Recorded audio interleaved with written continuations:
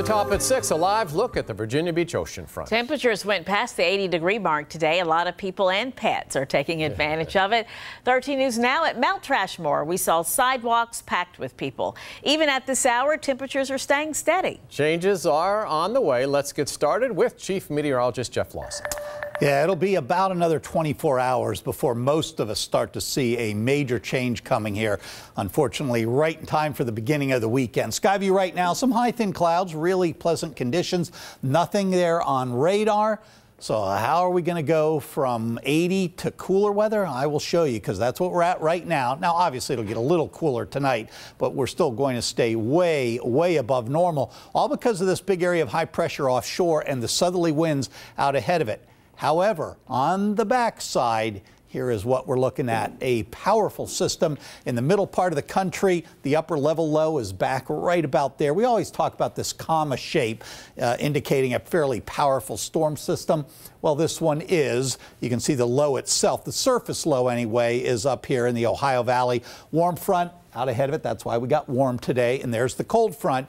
And I'm going to give you just the last 6 hours or so, and you can see everything obviously progressing to the east. That front at the very end is located on the back end as all that moisture has worked to the east. So that's why we're going to see some changes coming in the form of cooler temperatures late in the day tomorrow, and even a few showers then as well. I'll be back in a little while to talk about the up and downs for part of the weekend, including Easter, and then more fairly big swings into next week too.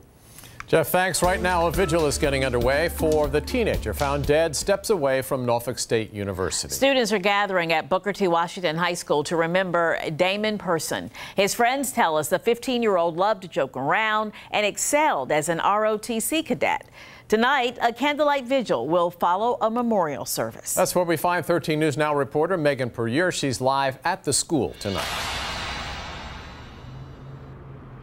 David, Janet, that memorial service is just about to start here at Booker T. Washington, and it's not a normal memorial service. These students have come together to celebrate the life of Damon. Now they've put together speeches, dances, all these different songs just so that they could honor the 15-year-old's memory. Now, last Monday, police were called to a town home on the corner of Corporal and Madison Avenue. That's where they found Damon unresponsive. Since then, police have charged one teen with second-degree murder and another teen with accessory after the fact in connection to Damon's death. But for tonight, Damon's friends say the focus is remembering their friend. He was in the ROTC, amazing leader.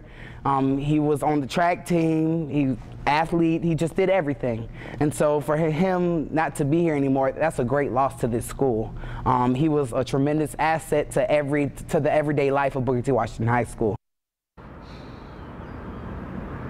And after the memorial, the students plan to walk together as one to Damon's house. Live in Norfolk, Megan Puryear, 13 News Now.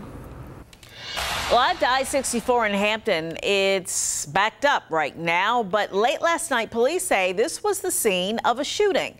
Right now, state troopers are hunting for the person who took aim at a moving car near the HRBT. They think it's the result of road rage. Tonight, the victim is talking to 13 News Now reporter Stephen Graves about what led up to the shooting.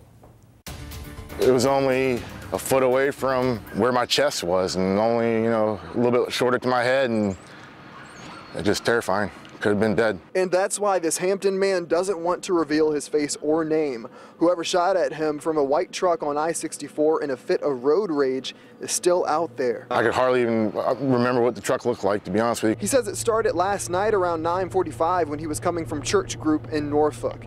As he was westbound on the Hampton Roads Bridge Tunnel, he came across a construction zone. He says that's when the truck cut him off and hit a cone. I honked at him whenever he hit the cone, and the cone flew and hit my windshield. At that point, I laid on the horn. I did not lay on it for an extended amount of time. Right after the tunnel in Hampton, the man says he sped up in the right lane about to exit off Mallory Street, but heard a bang. Pulling over, he saw the bullet, and it's still lodged in his car right now. People we spoke with say they can believe road rage happened on the HRBT, especially during construction. I've seen plenty of people not turn quick enough or not see them. But none, including the victim, say it should ever get to this point. Don't honk at them, don't flip them the bird, don't interact with them at all, man. Just stay to yourself and be safe. Police are not connecting this incident to any other recent highway shootings. They do say in this case they're looking for a white F-350 pickup truck. If you have any information, give them a call.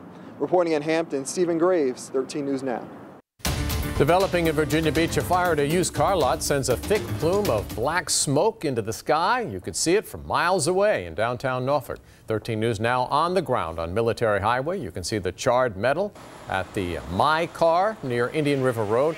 Firefighters had to shut down the road for several hours. We talked to workers who say it all happened so quickly. I saw a small fire. I looked over the side, and then the fire just went up in flames. And then I ran inside the building, told everybody to get out. He looked at the door and said, "Y'all get out of here, y'all get out of here." So I came out, it was like a 20-foot flame. I was trying to run across the parking lot, the wires were coming down, and they were coming down right behind me as I was running. Speaking of those big flames, new pictures taken by Robert Matthews reveals just how intense the fire got. Investigators think careless smoking is to blame. 3 people are staying elsewhere tonight after fire destroys their Portsmouth home.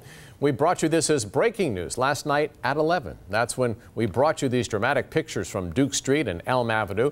Took crews hours to put out those flames after the fire spread to another home. No one was hurt. Investigators are still trying to figure out what sparked that fire. A heads up for Langley Federal customers. Your money might be tied up this weekend. That's because the credit union is working on some things. Some of your services won't work this weekend as they make some computer upgrades. And that means starting on Saturday afternoon, there will be no online banking, shared branching, or telephone banking. Your debit card and ATMs will still work.